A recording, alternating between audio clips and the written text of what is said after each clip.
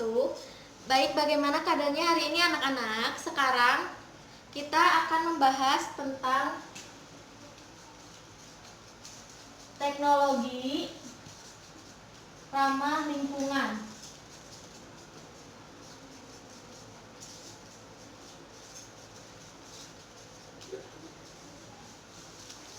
Nah, sebelum Ibu lanjutkan, ada yang tahu tidak apa itu teknologi ramah lingkungan? Ayo, siapa yang tahu? Siapa yang tahu tentang teknologi ramah lingkungan? Nah, teknologi ramah lingkungan ini teknologi yang memperhatikan prinsip-prinsip pelestarian lingkungan atau sering disebut dengan sustainable teknologi atau green teknologi ya. Nah, tujuannya itu ini untuk menghasilkan produk atau jasa untuk manusia itu sendiri. Bisa dari bahan-bahan organik ataupun anorganik yang bisa didaur ulang untuk masyarakat. Nah, ada yang tahu tidak apa saja macam-macam teknologi ramah lingkungan? Ayo, siapa yang tahu? Nah, teknologi ramah lingkungan ini ada 4 bagian ya, ada dibagi menjadi 4 bidang. Yang pertama, bidang energi. Yang kedua, bidang lingkungan. Yang ketiga, ya bidang transportasi. Dan yang keempat, bidang industri. Dari keempat ini ada yang bisa memberi contoh tidak dari keempat bidang teknologi ramah lingkungan dari 4 bidang ini? Bidang energi contohnya. Ayo, ada yang mengerti tidak? Salah satu contoh dari bidang energi itu yang pertama ada biofuel. Biofuel ini apa? Biofuel ya. Biofuel itu adalah bahan bakar yang terbuat dari tumbuhan. Salah satunya itu, contohnya itu ada etanol, dan ada biodiesel. Nah, biodiesel ini salah satu contohnya adalah yang sering digunakan untuk bahan bakar yang ada di tempat-tempat pengisian bensin seperti biosolar. Ya, itu contohnya biosolar. Nah, terus yang kedua itu ada biogas. Nah, biogas ini terbuat dari kotoran atau urin hewan ternak. Terus yang ketiga ada sel surya atau yang bisa disebut solar cell. Ini tuh energi menggunakan cahaya matahari. Lalu yang keempat ada PLTA atau sering kita sebut dengan pembangkit listrik tenaga air. Nah, pembangkit listrik tenaga air atau hydropower ini banyak ditemukan di Indonesia ya. Terus yang kelima ada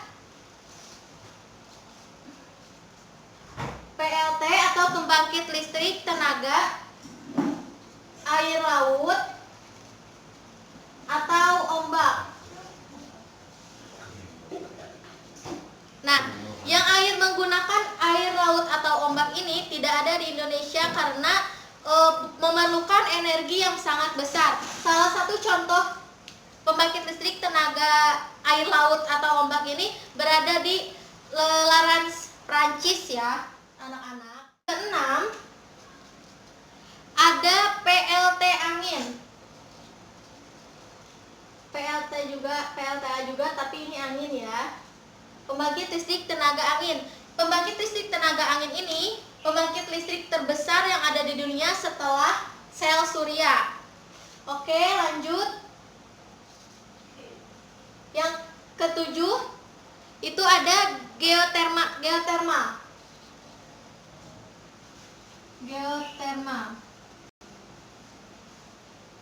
Nah, geotermal ini apa? Panas yang tersimpan di dalam bumi.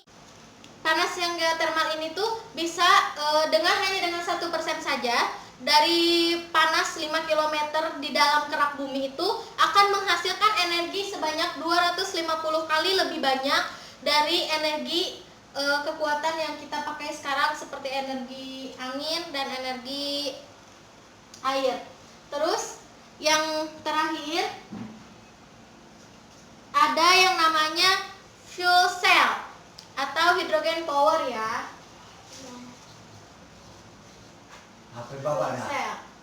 Nah, fuel cell ini adalah digunakan dari matahari yang menghasilkan energi seperti itu. Sampai sini ada yang ingin ditanyakan? Ada. Baik, jika tidak ada yang ditanyakan, kita lanjut ke bidang lingkungan ya. Yang pertama itu dari bidang lingkungan ada biopori. Kuning bapak. Ada biopori. Ada yang tahu tentang biopori? Ada. Biopori ini tuh teknologi lubang resapan. Teknologi lubang resapan itu dibuat untuk wilayah resapan air hujan ya, seperti dibuat bentuk untuk pembuangan atau pengalirannya penyerapan air hujan sehingga tidak akan menyebabkan banjir bandang dan tidak akan menyebabkan becek dan lain-lain sebagainya. Nah, terus yang kedua ada fitoremediasi. Yang kedua ada fitoremediasi. Jadi makanya. Nah, lihat ya. Nah, fitoremediasi ini merupakan penggunaan tumbuhan untuk menghilangkan atau memindahkan, menstabilkan, bisa itu menghancurkan bahan pencemar organik atau anorganik. Misalkan contohnya tumbuhan itu, contohnya itu bunga matahari, padi, atau eceng gondok, tembakau, itu bisa digunakan contoh ya anak-anak. Nah, terus yang ketiga itu ada toilet pengompos. Toilet pengompos.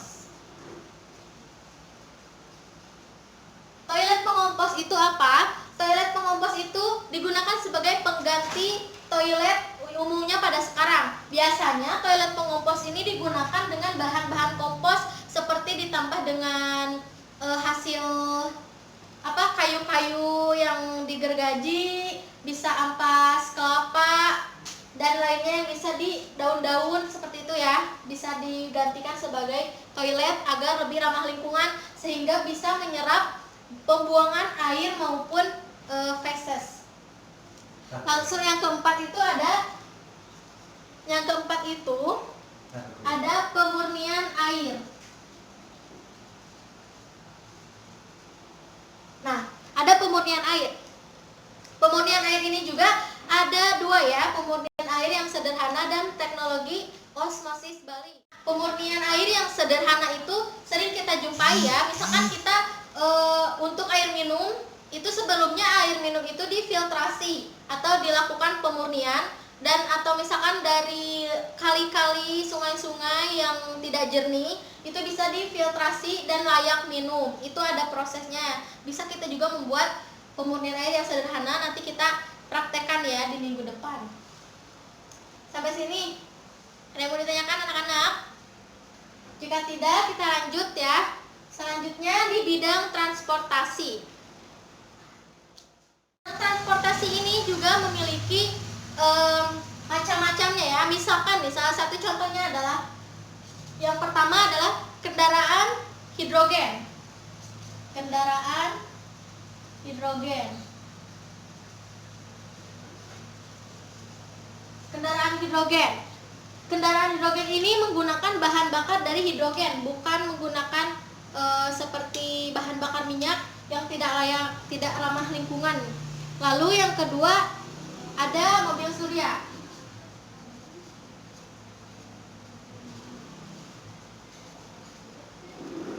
Mobil surya ini digunakan, bahan bakarnya itu menggunakan dari surya dan sinar matahari, sehingga ini sangat ramah lingkungan.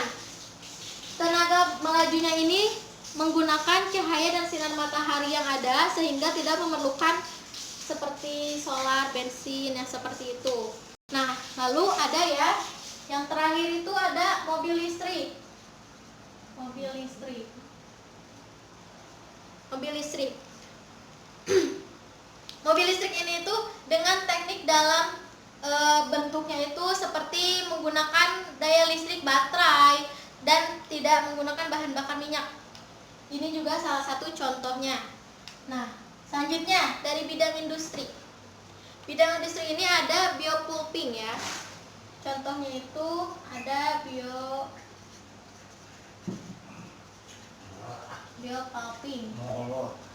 Nah, biopulping ini biasanya digunakan oleh pabrik-pabrik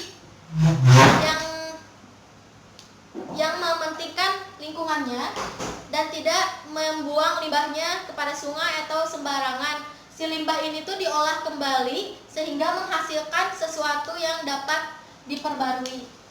Oke. Nah, dari semua ini ada yang ingin ditanyakan?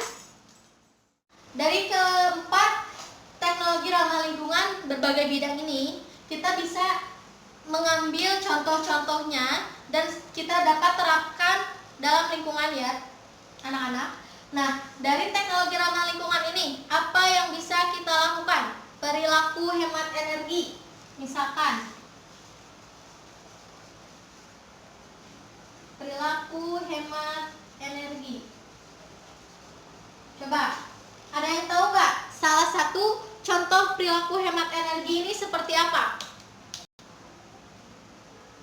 Jadi, contoh salah satu hemat energi itu, kita itu bisa menggunakan energi listrik yang tidak berlebihan seperti mematikan lampu saat akan bepergian, mematikan balan elektronik yang tidak diperlukan pada saat kita bepergi dari rumah.